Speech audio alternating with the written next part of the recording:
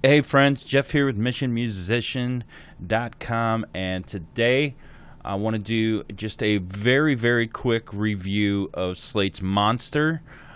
This is a free plugin, which is super cool. I love free plugins, especially when they're cool ones like this. It's pretty decent of Steven to put this plugin out for free. So I've beta tested this, and it's honestly, it's a one-trick pony, but it's a pretty cool one-trick pony. So for those of you who don't know, it's based on the 1176 all buttons in mode.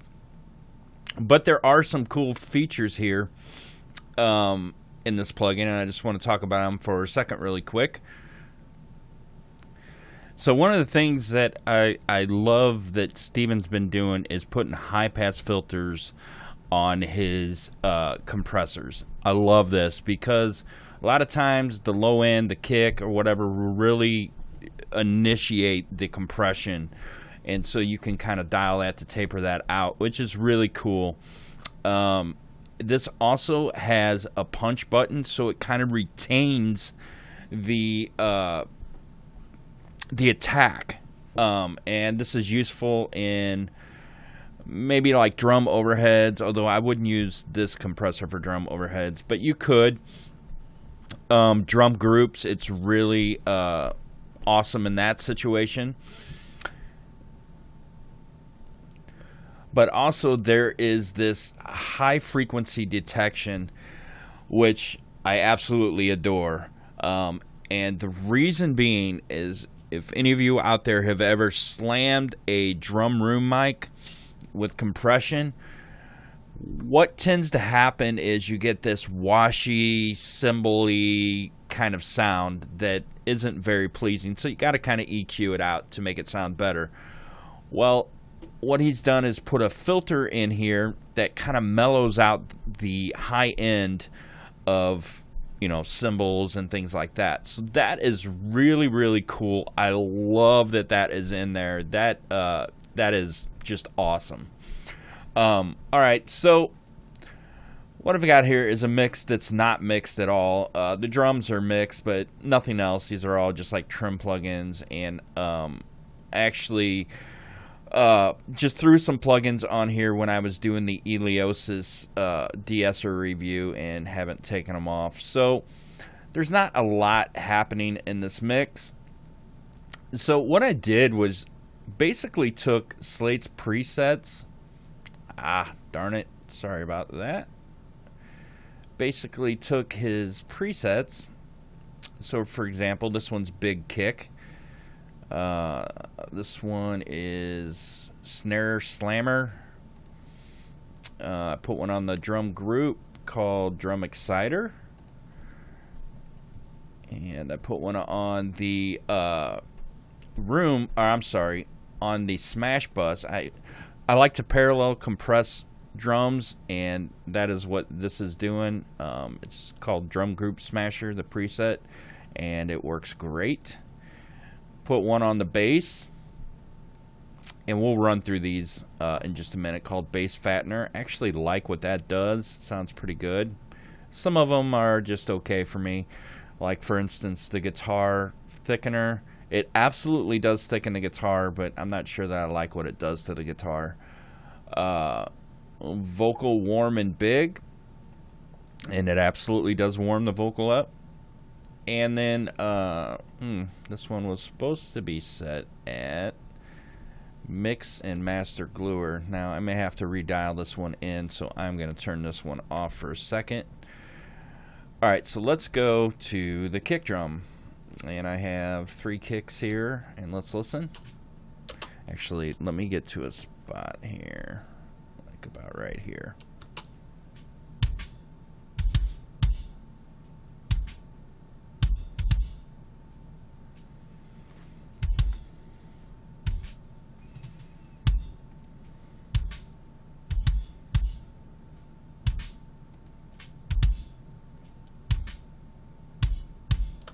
And obviously, I'm just putting all these instances of the monster on these tracks to kind of show you what they can do. It doesn't necessarily mean that I would use the monster on the kick drum or the snare drum or anything like that. Most of the time I'm using all buttons in mode is on a drum parallel processing situation. Not that you can't use it on the kick, not that you can't use it on the snare. You certainly can. So let's listen to the snares really quick. Let me solo these.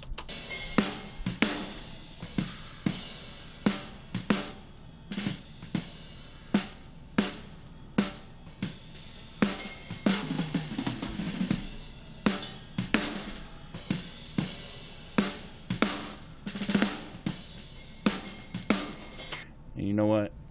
One thing that I forgot to do, it's probably not really a fair comparison here because I have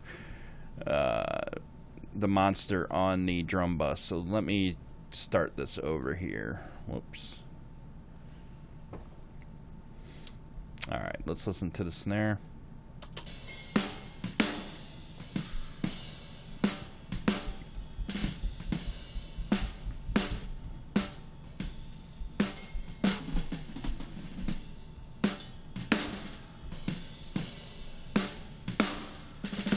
Alright, so this may be one instance where I would use it on the snare. It actually sounds pretty good. It's giving it a lot of energy. Alright, so let's listen to the drum group as a whole. And then I'll bring this instance of monster in.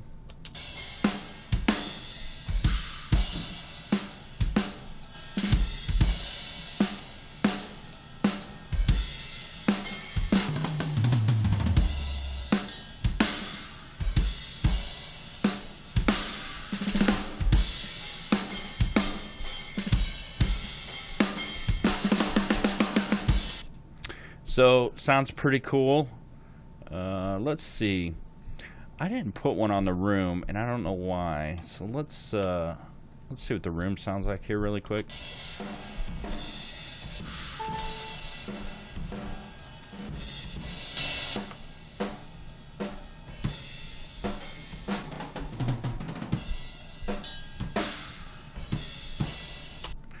And this is one of the instances where I would probably use all buttons in mode. I use it on rooms and on the parallel processing. Let's see if there is a room setting here. Now when I press this, you actually won't see it. It's some sort of, I don't know, it's kind of weird. My screen capture software doesn't capture menus for some reason. There is not one for a room, which is kind of surprising. Let's use drum group aggressive. See what this does.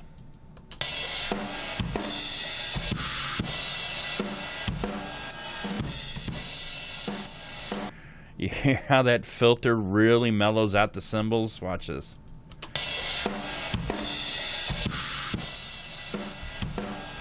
Man, I love that. Thank you, Stephen Slate. That is a brilliant, brilliant feature. All right, let's dial this in a little bit.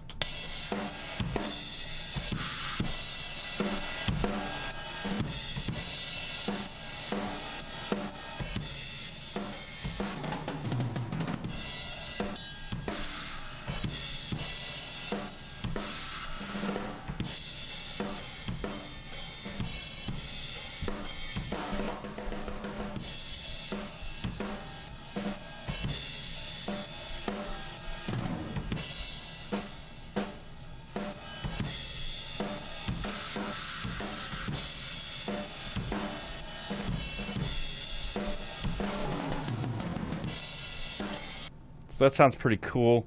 What it's doing, obviously, is making the room sound bigger, which is the intent of using compression on a room mic. Let's listen to that one more time and I'll bypass it.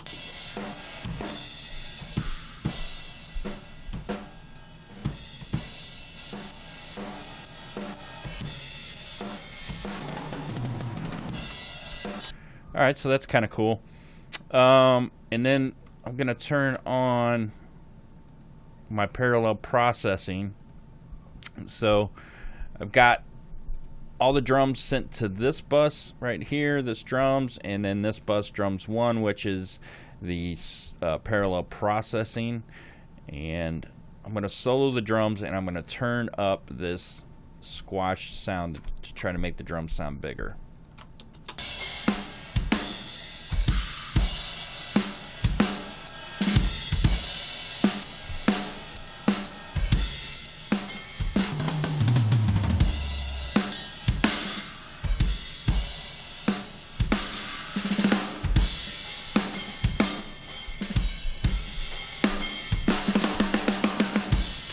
Alright, so that's super cool. I dig that. Alright, let's listen to what it does to a bass. I have it set on bass fattener, and it actually does fatten up the bass. I don't know that I've necessarily used it on this bass, but let's just listen really quick.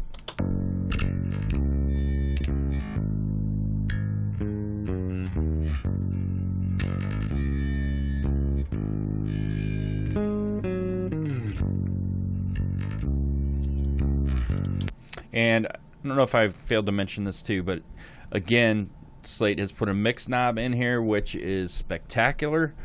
So we can mix in how much we want.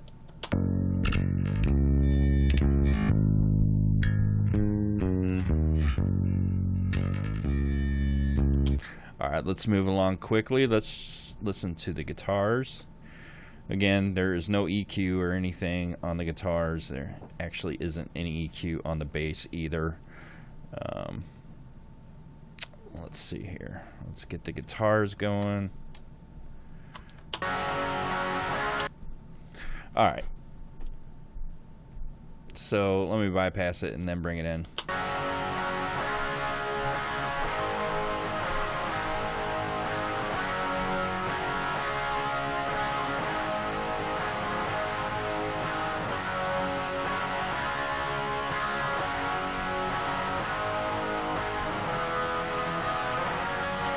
So, I don't know that I would use that, but now that I listen back to it again, I kind of think it sounds pretty cool. It brings some heft to the guitar. It brings some weight to them. So that's kind of cool. And then let's check out the vocal here. Turn this off, and then I'll bring it in. Alright, let's try this one. In North Carolina, till someday when we meet again.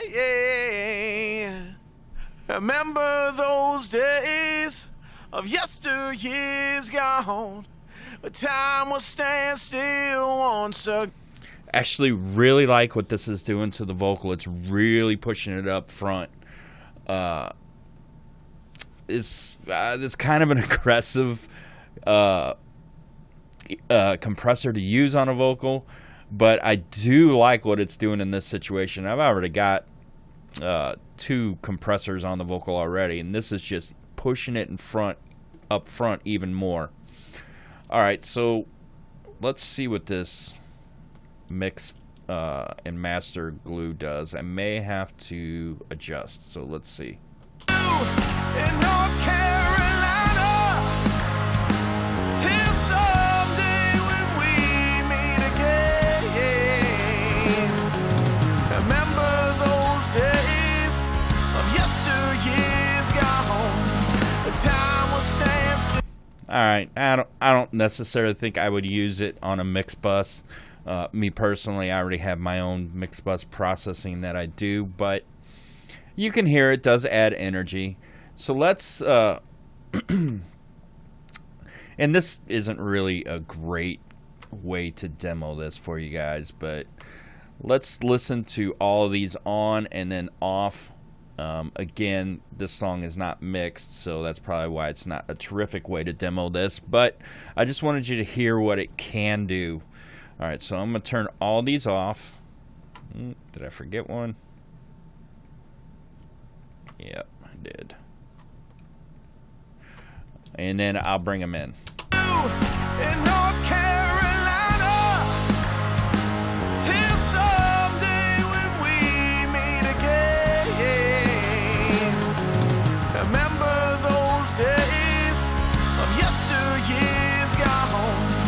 time will stand still once again.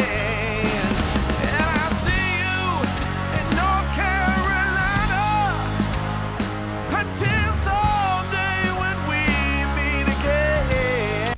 All right, so again, I wouldn't use all of these in this situation. I would make a more take a more tasteful approach and probably use it here on here on the drum slam bus, this one, and then the room. And what I would maybe do is parallel process the vocals. In other words, take a send and run it to a new track and put this on the vocal and then just kind of blend it in with the vocal, so it would bring that vocal up front. I don't know that I necessarily would want my vocal compressing this crazy, but this is a really awesome plugin, and it's free. It's absolutely free.